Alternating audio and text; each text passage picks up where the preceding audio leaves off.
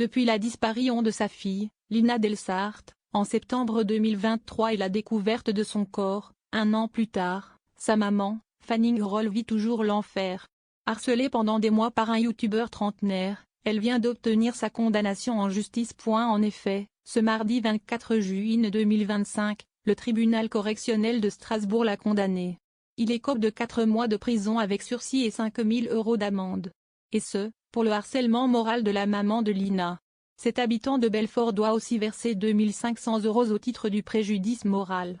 Pour finir, il déboursera aussi 3 000 € pour les frais de justice de sa vie. Fanning Groll était la cible de ses vidéos. Dedans, il prétendait qu'elle entretenait une relation avec le petit ami de sa fille et qu'elle était responsable de l'enlèvement de sa fille. C'est ce qu'a rapporté son avocat, Madame Groll à l'AFP. Ce dernier a par ailleurs expliqué que la maman de Lina était très satisfaite de la décision. Elle est aussi soulagée que la justice soit rendue.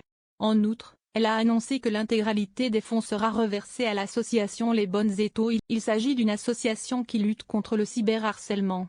Et c'est ce qu'a subi Fanning Groll à peine 6 mois après la mystérieuse disparition de Lina.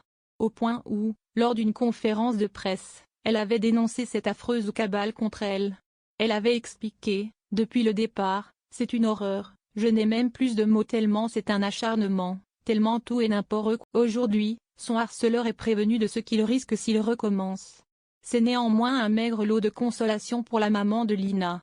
L'adolescente de 15 ans a été retrouvée en octobre 2024, et en raison de l'état de son corps, les recherches scientifiques n'ont pas permis de déterminer les circonstances de sa mort. Pour ce qui est du principal suspect, Samuel Godin, âgé de 43 ans, il s'est suicidé avant de comparaître, en juillet 2024. La police avait retrouvé des traces ADN de l'adolescente dans sa voiture.